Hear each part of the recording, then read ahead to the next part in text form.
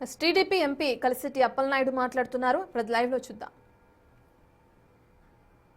మీకు కావాల్సిందే శవరాజకీయాలు చేయాలి, పరామర్శ రాజకీయాలు చేయాలి, పరామర్శల పేరిట మీరు విధ్వంసం సృష్టించాలి, ప్రతి ప్రాంతానికి వెళ్ళి ఆ ప్రాంత వ్యక్తులను రెచ్చగొట్టాలి, ఈ దిశగా ప్రయాణం చేస్తారు తప్ప అరే ఈరోజు రాష్ట్రానికి ఎందుకంటే జీతాలు లేని రాష్ట్రం నేను అప్పులు చేసి మొత్తం వ్యవసాయం నాశనం చేసి బయటకు వచ్చాను, ఏదో ఒక అనుభవం ఉన్న వ్యక్తి ఈరోజు దేశంలో మంచి పరిపాలన చేసిన వ్యక్తి చంద్రబాబు నాయుడు గారు పరిపాలన చేస్తున్నారు, నెలకి పెన్షన్ ఇస్తున్నారు పేదవాళ్ళకి, అలాగే ఉద్యోగస్తులకు నెల జీతాలు ఇస్తున్నారు, కొత్త ప్రాజెక్టులు కడుతున్నారు, అమరావతి నిర్మాణం జరుగుతుంది, పోలవరం నిర్మాణం జరుగుతుంది, ఈరోజు ఉత్తరాంధ్ర అభివృద్ధి జరుగుతుంది, రాయలసీమ నేను పుట్టిన రాయలసీమలో అద్భుతంగా జరుగుతుంది.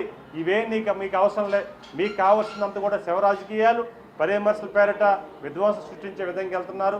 ఈరోజు మీరు చేసే ప్రెస్ మీట్లు కానీ లేకపోతే మీరు చేసే కవింపు సిరులు కానీ ప్రజలు రెచ్చగొట్టే విధంగా ఉంది. కానీ ఈరోజు ప్రభుత్వంగా ఒక జవాబుదారీగా వెళ్ళాలి, నా బాధ్యతగా నేను ఎక్స్సీఎంని లేకపోతే పులివెందుల ఎమ్మెల్యేని లేకపోతే నేను ప్రజాస్వామ్యంలో ఒక పద్ధతి మీదకి వెళ్ళాలనే ఒక ఆలోచన లేకుండా ఈరోజు మీ పరామర్శ ఉంది. మీరు మాట్లాడుతున్నారు, అంబటి రాంబాబుకి మద్దతు తెలుపుతున్నారు, జోగి రమేష్ కోసం మాట్లాడుతున్నారు, మద్దతు తెలుపుతున్నారు. ఏదో వారంతా కూడా గతంలో 5 సంవత్సరాల్లో చాలా కాముగా వాళ్ళు ప్రజాసేవలు చేస్తున్నట్లుగా 5 సంవత్సరాలు ఏం చేస్తారండి మీ జోగి రమేష్, అంబటి రాంబాబు? అలాగే ఎంతమంది నాయకులను ఇబ్బంది పెట్టించారండి?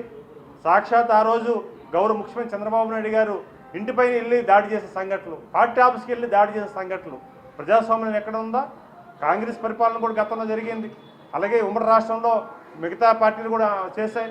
మేము 83 తెలుగుదేశం పార్టీ అధికారంలోకి వచ్చి చాలా సందర్భాలు వచ్చాయి. ఎప్పుడైనా ప్రజాస్వామ్యబద్ధంగా పరిపాలన చేశారు. అసలు రాజకీయాలకి డెప్యుటేషన్ వేరేగా ఉందా? అసలు మీరు నిర్వాసన ఏం చెప్తున్నారు? ఈరోజు రాజకీయాలు అంటే భావితరాలు రాకుండా దూరంగా పోవాలనే ఆలోచనతో ఉంది.